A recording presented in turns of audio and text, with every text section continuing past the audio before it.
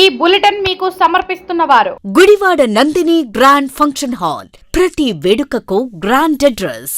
Ohm dental leads where your smile live 10/33 Yesu plaza union bank దగ్గర Gowri Shankarapuram Gudivada. Ashtalakshmi signature towers ఒకసారి visit చేయండి.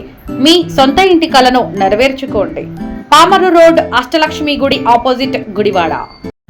Gudivada municipal ఎన్నికల నిర్వహణపై ఎమ్మెల్యే వెనిగండ్ల రాము స్పష్టత ఇచ్చారు. ఈసారి 100% మున్సిపల్ ఎన్నికలు నిర్వహించి తీరుతామని ఆయన వెల్లడించారు. గుడివాడ ప్రజావేదిక కార్యాలయంలో నిర్వహించిన విలేకరుల సమావేశంలో ఎమ్మెల్యే రాము మాట్లాడుతూ గత 9 ఏళ్లుగా మున్సిపల్ ఎన్నికలు జరగకపోవడంతో ఆర్థిక సంఘం నిధులు అందక గుడివాడ అభివృద్ధి కుంటుపడిందన్నారు. మున్సిపల్ ఎన్నికల నిర్వహణను అడ్డుకునేందుకు దాఖలైన కేసులను కోర్టు కొట్టివేసిందని తెలిపారు. శివారు ప్రాంతాల విలీన ప్రక్రియను ప్రస్తుతానికి పెండింగ్లో పెట్టి పాత గుడివాడ మున్సిపల్ పరిధిలోని 36 వార్డులను 48 వార్డులుగా పెంచి ఎన్నికలు నిర్వహించనున్నట్లు స్పష్టం చేశారు. ఎన్నికలను అడ్డుకునేందుకు వైసీపీ నాయకులు ఎన్ని కుట్రలు చేసినా ఈసారి ఎన్నికలు నిర్వహించి తీరుతామని ఎమ్మెల్యే రాము అన్నారు. శివారు ప్రాంతాల విలీన ప్రక్రియ ప్రస్తుతానికి నిలిచిపోయినప్పటికీ ఆ ప్రాంతాల అభివృద్ధిని CRDA నిధులతో గుడివాడ మున్సిపల్ ఆధ్వర్యంలో కొనసాగిస్తామని ఎమ్మెల్యే తెలిపారు. ఈసారి గుడివాడ ఎన్నికలు ఎట్టి పరిస్థితుల్లో జరపాలనేది మా అందరి అభిప్రాయం. అలాగే సీఎం గారు కూడా చాలా స్ట్రాంగ్గా ఉన్నారు.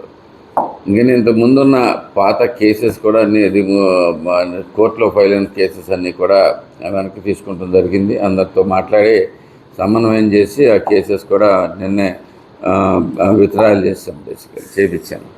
అలాగే ఇంకా గుడివాడ ఎలక్షన్ అనేది చాలా అవసరం ప్రజలందరికీ, బాగా ఇంపార్టెంట్. ఎందుకంటే 16th finance funds Gudivada municipality స్టేటస్కి ప్లస్ మనకున్న ప్రజలకి కలిపితే ఎత్తలేదన్నా కానీ దగ్గర 18 కోట్ల దాకా ప్రతి సంవత్సరం వస్తాయి. ఆ ఫండ్స్ లేకపోవడంతో గుడివాడ అభివృద్ధి దారుణంగా పడిపోతుంది. అయ్యే 18 కోట్లతోటి మనం ఎంత చేసుకోవచ్చో చూడండి ఒకసారి. అందుకని గట్టిగా జరపాలనే కోరికలో ఉన్నాం. 100% జరిపిస్తామని తెలియజేస్తున్నాం అందరికీ. ఎలక్షన్ జరిగేలోపు ఇంకా ప్రక్రియలు అయితే కొన్ని ఉన్నాయి, ఇంకా ఎక్స్ట్రా చేయాల్సిన ప్రక్రియలు. ఇవి మరి ఇంకా పూర్తిగా వివరాలు రాలేదు, కానీ ఏదర్ 2 టైమ్స్లో పెడతారా ఒకేసారి కలిపి పెడతారా అనేది మనకి క్లారిటీ ఇవ్వాల్సి ఉంది.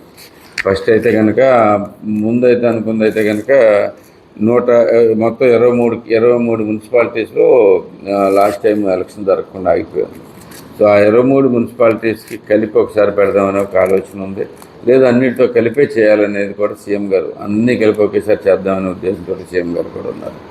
సో మోస్ట్లీ మనకి క్లారిటీ వచ్చేది ఈ 1వ తారీఖు తర్వాత మనకి పూర్తి క్లారిటీ వస్తుంది ఎప్పుడు అనేది. కానీ ఎలక్షన్ మాత్రం పక్క జరగటం 100%. గ్రామాల విలీనం ఈసారి సాధ్యమయ్యే పని కాదు. ఈసారి గ్రామాల విలీనం చేయాలంటే మళ్ళీ ఏదో కోర్టు కేసులు పడితే ఏదో గొడవ వద్ది. నాకు తెలుసు ప్రతిపక్షం కూడా జరగకుండా చూడాలని చూస్తుంది గట్టిగా. ఎలక్షన్ జరగకుండా ఉంటే బాగుంటుంది అనేది ఉద్దేశం ఎప్పుడైనా కానీ ఈసారి జరపాల్సిందే అనే ఉద్దేశంతో మేము ఉన్నాం. సో అప్పుడైతే కనుక కలపం. కాకపోతే వాటి అభివృద్ధి గురించి కూడా మన సీఎం గారితో మాట్లాడటం జరిగింది. అలాగే మున్సిపల్ మినిస్టర్ గారితో కూడా మాట్లాడాను. ఎందుకంటే గ్రామాల పరిధిలో చాలా కష్టంగా ఉందండి. చుట్టుపక్కలే ఉంటాయి, వాళ్ళకేమో గుడివాడ అంతా డంప్ యార్డ్ కింద మారిపోతుంది. ఆ ఏరియా అంతా చాలా కష్టంగా ఉందని చెప్తే ఆయన సీఎం గారు కూడా ఒక ప్రపోజల్ ఇచ్చారు. ఎలక్షన్ జరగకపోయినా దాంట్లోంచి అంటే వాళ్ళని గ్రామాల విలీనం జరగకపోయినా CRDA కింద అక్కడ కావాల్సిన పనులన్నీ చేపిద్దాం. మున్సిపాలిటీని ఎగ్జిక్యూట్ చేస్తారు, కానీ CRDA పరిధి కింద మనంతా ఎగ్జిక్యూట్ చేద్దాం అని కూడా చెప్పారు. సో దాంతో మ్యాక్సిమం సమస్యలు తీరుతాయి. ఇప్పుడు ప్రధానంగా ఎక్కడ వచ్చిందంటే చుట్టుపక్కల ఉన్న విలేజెస్కి సంబంధించిన ప్లేసెస్ అన్నింటిలోనూ వాటర్ ఇవ్వటం కానీ, మంచినీళ్ళు ఇవ్వటం కానీ, శానిటేషన్ కానీ ఏదైనా కానీ ఇబ్బందిగా ఉంది. సో వాటిలన్నిటికీ మనకి CRDA ద్వారా పనిచేపించగలిగితే మనకు చాలా వరకు సరిపోతుందని చెప్పి.